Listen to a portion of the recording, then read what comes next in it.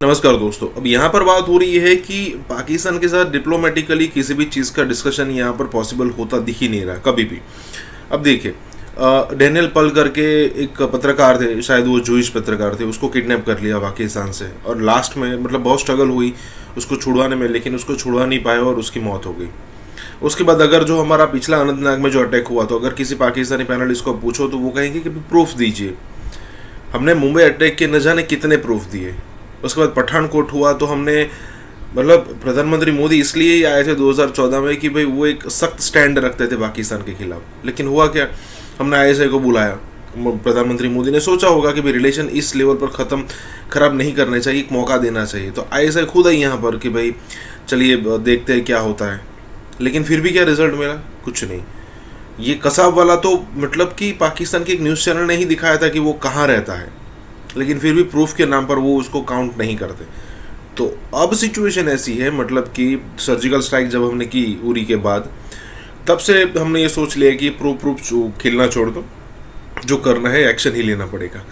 यहाँ पर यही बात हो रही है। इसी के साथ ये वीडियो शुरू करते हैं। आपकी आर्मी ने, आपकी गवर्नमेंट ने कभी सच बोला है? एक बार सच बोला है? प्रूफ की बात करो। मुंबई अटैक पे प्रूफ था, क्या कर लिया, क्या एक्शन लिया आपने? वहीं पे को 30 साल से ऊपर की सजा हुई, सेम प्रूफ पे, अमेरिका में सेम प्रूफ पे। या तो आप बोल दीजिए उनकी कोर्ट्स करप्ट है, आपकी कोर्ट कितनी बढ़िया है वो मुझे पता है ना। एक आदमी को, डैनियल पल के मर्डरर को पहले फांसी की सजा हुई, उसी प्रूफ पे उसको बरी कर दिया। बहुत बढ़िया। कि कश्मीर का मूवमेंट है क्या, बीएसएफ क्या चेन्नई छीनती है? आपका कहना यह है कि बीएसएफ पेट्रोलिंग करती है तो वो आ कैसे गए, है ना? तो क्या आप ये मानना चाहेंगे कि बलूचिस्तान और खैबर पख्तूनख्वा जो आपके यहाँ चल रहा है टीटीपी, वो आपकी आर्मी ही तो गार्ड करती है उसको, वो चली छीन रही थी, वो कैसे आ गए? इतना लंबा डोजियर था, इतना लंबा जो आपने दिया था कि इंडिया टीटीपी को सपोर्ट करता है, इतना लंबा डोजियर दिया था, कैसे आ जाती है? आपकी आर्मी चली छीन रही थी। एक बार बोल दीजिए, मैं मान लूंगा। मैंने आवाजें इंडिया से सुनी है और जिस तरह की वहां से एक ऑलरेडी एक कंक्लूसिव किस्म की जो है वो उनकी एक टेम आ गया है कि ये पाकिस्तान ने ही किया है, इसका रिस्पॉन्स हम पाकिस्तान को देंगे। और वो रेफरेंस क्या है उसका कि वो ऑर्गेनाइजेशन जिसने ये क्लेम किया है इसको, उसने ये कहा है कि ये जो रावलाकोट में जिस शख्स को यहाँ पे टारगेटेड उसकी किलिंग की गई उसका बदला लिया है। अब अगर ये बात ये सही मानते हैं तो फिर उसी के प्लेटफॉर्म से या उसी के एफिलिएट प्लेटफॉर्म से उसकी बाकी तफसीर को भी फिर हम सही मानते हैं ना। फिर उस तफसीर में तो बहुत कुछ लिखा हुआ आया है जिसको लेके जब मैंने जिक्र किया तो रोहित भाई भी गुस्सा कर गए और इस तरह से और लोग भी काफी गुस्सा कर गए। हद तो ये इन्होंने कर दी कि हमें तो ये कह दिया कि साले आईएसआई के टुकड़ों पे पलने वाले सहाफी पाकिस्तान से। ये हाल हो गया है अब कि मतलब वही। और मैं आपको ये इसलिए कह रहा हूँ क्योंकि वो जो मैंने तफसील बताई वो भी उसी प्लेटफॉर्म की है कि 30 से ज्यादा लोग पुलिस के थे, 10 से ज्यादा लोग आर्मी के थे। एम्बुश हुआ और एम्बुश होने के बाद वहां पे सारा कुछ हुआ और अभी तक उनके जो इनकाउंटर चल रहे हैं वो इनकाउंटर्स भी अभी जारी हैं।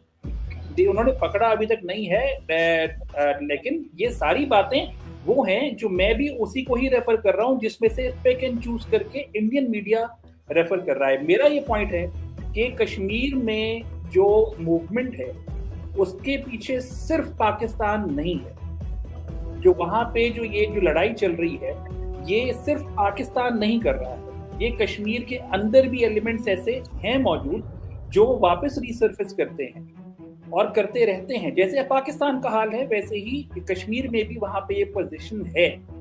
बुरहान वानी को आप ले लीजिए या ऐसे और लोग ले लीजिए, इनका इनकाउंटर होता है, इनके खिलाफ ऑपरेशन होते हैं, ये कहाँ मिलते हैं? क्या ये वहां से ऑपरेशन करके क्या वापस क्या पाकिस्तान साइड पे आ जाते हैं? और अगर इतने आसानी से इन्फिल्ट्रेट आगे पीछे घूमते हैं तो हमारी जो बॉर्डर सिक्योरिटी फोर्सेस है वो क्या चने खाती हैं? 9 लाख की सिक्योरिटी तो खाली डिप्लॉयमेंट इंडिया की है कश्मीर में, तो ये वो चने तो नहीं खाती है ना। ऐसा कैसे हो सकता है? नहीं होता इस तरह। ये इंडिजिनस मूवमेंट है और इसकी हमें कम से कम उस रियलिटी को मानना पड़ेगा। प्रॉब्लम ही यही है कि अभी अटैक हुए हुए 24 घंटे से पूरा नहीं हुआ, इनिशियल इन्वेस्टिगेशन तक रिपोर्ट सामने नहीं आई कि इसके पीछे क्या क्या बेसिस हो सकती हैं, लेकिन गन फौरन चला दी गई और कह दिया गया कि पाकिस्तान ने हम बदला। ये तो कोई तुक नहीं बनता ना इस तरह की बातों का, क्योंकि ये तो सीधा सीधा इल्जाम है। बिल्कुल, लेकिन मैं इसी बात का जवाब मैं लूंगी रोहित आपसे कि जो कुछ हमजा ने कहा कि 24 घंटे से पहले ही जो है वो तमाम गन्स का रुख जो है पाकिस्तान की तरफ कर दिया गया। यकीनन पहले बहुत ऐसे इंसिडेंट्स होते रहे हैं जिसकी वजह से भी मैं समझती हूँ कि ये बात की गई होगी, चाहे वो मुंबई अटैक हो या डिफरेंट जो होते रहे हादसे इंडिया में, उसमें बहरहाल कहीं ना कहीं पाकिस्तान की इन्वॉल्वमेंट दिखाई दी है। लेकिन इस बार अगर इस चीज को हम देखें, इस इंसिडेंट को हम देखें, तो क्या कहेंगे रोहित आप? हाँ, हमजा भाई पता नहीं क्यों नाराज हो गए, बड़े अच्छे दोस्त हैं मेरे। लेकिन पता क्या है हमजा भाई, मैंने ये बोला था कि आईएसआई के टुकड़े पे पलते हैं, आपको बुरा मानने की क्या जरूरत थी? मैंने किसी और को बोला था, आप बुरा मानना कहीं वो दाढ़ी में तिलका है। ये देखिए, बात कीजिए सीधी, मैं आपके सामने बैठा हूँ, आपने हाँ। 2 लोगों को रेफर किया था, एक मैं, एक कमर चीमा साहब। आरजू नहीं, उनको इंटरव्यू किया था, और कमर चीमा साहब ने कुछ कश्मीर के हवाले से कुछ पॉइंटर्स रेज किए थे। एक आपने उनको रेफर किया, नाम लिया था, आपने मुझे रेफर किया। मैंने नाम लिया था। आप नाम लेते ना सर, आप तो कह रहे थे लोगों को जाके मैसेज देखो, मैंने वहां कमेंट किए, ढूंढो उनको कौन है। ये रहा मैं आपके सामने बैठा हुआ, कौन से टेलीफोन कॉल आया, किसको आया, कब आया, आपके पास पता नहीं है कहां से उड़ती हुई चिड़िया आती है जो आपको बताती है। लेकिन रोहित से आप मेरे से रोहित से कमेंट ले लेते हैं, आप पूछ लेते हैं। रोहित बता रहे जरूरी है ना, आप बिल्कुल अगर exactly clear अगर आप कीजिए। फैक्चुअल बात कर रहे हैं, ऑब्जेक्टिविटी के ऊपर कर रहे हैं, तो सर मैं आपके सामने बैठा हूं, मैं आपको बता रहा हूं कि ना कोई फोन आया है, ना किसी ने कहा है कि जी पाकिस्तान का इमेज जो है ना वो एक एग्रेसिव रिस्पॉन्सिव तरीके से पेश करो। हाँ, ये जरूर हुआ है कि वो सच है, वो ये कि आप लोगों की बातें सुन सुन के और आप लोगों के जज्बात देख देख के आखिर पक गया, और आखिरकार मुझे अपने कंफर्ट जोन से बाहर आके इशारे ऐसे उंगलियां उठा उठा के बोलना पड़ा। और याद दिलाना पड़ा। मैं रोहित से पूछ लेती हूँ कि रोहित क्या कह रहे हैं। जी रोहित, अब आप मैंने किसी का नाम नहीं लिया था। और दूसरी बात, जो मैंने आपके वीडियो के नीचे कमेंट किया था कि मैं डिबेट के लिए तैयार हूँ, वो मैंने कम से कम 10 के वीडियो के नीचे किया था, एक आप अकेले नहीं थे। मैं भी ठीक है, था, और मैं इसका आंसर ही बोलूं सर, वही अच्छा, मैं जवाब आप लोग प्लीज 1 by 1 जी, रोहित आप पहले कंप्लीट कर लीजिए जी। अगर मैं डिबेट के लिए तैयार हूं, इसका मतलब मैं ये नहीं बोल रहा हूं आपको कि आप टुकड़ों पे पलते हैं। आपको बुरा लगा, कहीं दाढ़ी में तिनका है, आप पहले दाढ़ी पूरी शेव करा लीजिए, तिनका ही नहीं रहेगा। बस हाँ, अब बात करते हैं आगे। बात ये है, आपने बोला 3 ऑफिसर मारे गए, सर जवान भी मारे गए। हमारे कंट्री में ऑफिसर आगे लीड करता है, जवान पीछे चलता है। हमारे ऑफिसर लीड करते हैं, इसलिए मारे गए। हमारे ऑफिसर वो ऑफिसर नहीं है जो पीछे खड़े होते हैं, जवान को बोलते हैं तू आगे चल, तू मर जाइयो। ऐसा नहीं होगा। जवानों की जितनी डेथ परसेंटेज है उससे ज्यादा परसेंटेज, करीब 10% के आसपास, 3% ऑफिसर्स हैं, 10% के आसपास ऑफिसर्स मारे गए। हर एनकाउंटर में ऑफिसर मारा हुआ दिखेगा आपको, जवान पीछे रखते हैं हम। हमारी आर्मी है ये, हमारी आर्मी में आप देखिएगा, मैं आपको दिखाऊंगा कितने जवान, कितने ऑफिसर्स को परमवीर चक्र मिला है और कितने जवानों को मिला है, मिलता जवानों को भी है। देखिए, इसके बाद ये आपने बोला कि कश्मीर का मूवमेंट है क्या, बीएसएफ क्या चने छीलती है। आपका कहना यह है कि बीएसएफ पेट्रोलिंग करती है तो वो आ कैसे गए, है ना? तो क्या आप ये मानना चाहेंगे कि बलूचिस्तान और खैबर पख्तूनख्वा जो आपके यहाँ चल रहा है टीटीपी, वो आपकी आर्मी की तो गार्ड करती है उसको, वो चली छील रही थी, वो कैसे आ गए? इतना लंबा डोजियर था, इतना लंबा जो आपने दिया था कि इंडिया टीटीपी को सपोर्ट करता है, इतना लंबा डोजियर दिया था, कैसे आ जाती है? आपकी आर्मी चने छील रही थी। एक बार बोल दीजिए, मैं मान लूंगा। इंडिजिनस है ये, बोल दीजिए। आप बोल दीजिए, मैं आपको रिस्पॉन्ड करूँ। नहीं, बोल दीजिए।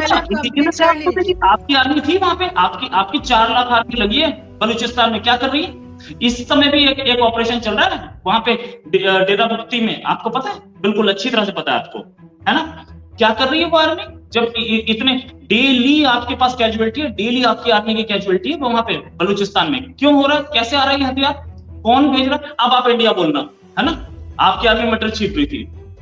ये आप कहानियां जो बताते हैं, ये हमें मत बताइए प्लीज। हम 20 साल से बैठे हैं, आप भी कई साल से बैठे हैं। ये आपने ये बोला कि रावला कोड का बदला है। सर, आपकी आर्मी ने, आपकी गवर्नमेंट ने कभी सच बोला है? एक बार सच बोला है? प्रूफ की बात करूं, मुंबई अटैक पे प्रूफ था, क्या कर लिया, क्या एक्शन लिया आपने? वहीं पे को 30 साल से ऊपर की सजा हुई, सेम प्रूफ पे, अमेरिका में सेम प्रूफ पे। या तो आप बोल दीजिए उनकी कोर्ट्स करप्ट है, आपकी कोर्ट कितनी बढ़िया है वो मुझे पता है ना। एक आदमी को, डैनियल पल के मर्डरर को पहले फांसी की सजा हुई, उसी प्रूफ पे उसको बरी कर दिया, बहुत बढ़िया, बरी कर दिया। फांसी की सजा को उम्र कैद बदलाया जाता है, 10 साल की बदली जाती है, बरी कर दिया। क्यों नहीं हुई भैया? हमने यहाँ पे वही सेम एविडेंस दिया था ना, और आपकी गवर्नमेंट मान गई थी कि वो पाकिस्तान के थे, पाकिस्तान में हुआ था, पाकिस्तान से अटैक हुआ था। गवर्नमेंट ने माना, प्राइम मिनिस्टर ने माना, गवर्नमेंट एक्सटर्नल अफेयर्स ने ऑफिशियली माना, मोफा ने, ministry of foreign affairs Pakistan ने ऑफिशियली माना कि अजमल कसाब पाकिस्तानी। पहले तो आप तो डिनाइल मोड में रहते हैं ना, जब हमने प्रूफ दिया तब माने। नंबर 1 इंटेलिजेंस मटर छील रही थी, उसे पता ही नहीं था कि हमारे पास प्लानिंग हो गई, हमारे पास से वहां पहुंच गए और जाके अटैक भी कर दिया। उसके बाद जब इंडिया ने प्रूफ दिया तब पता चला oh Pakistani, my God where is his passport. तब ये आलम थे। वो करगिल की बात कर ले, आपकी गवर्नमेंट आज क्यों नहीं बोलती? वो क्या नाम है उसका, लालैक जन को आपकी उसी का था ना, नॉर्दर्न लाइट इन्फेंट्री का, जिसको ब्रेवरी अवार्ड दिया था। पहले बोला था मुजाहिदीन है, फिर क्यों बाद में मान लिया कि ये हमारे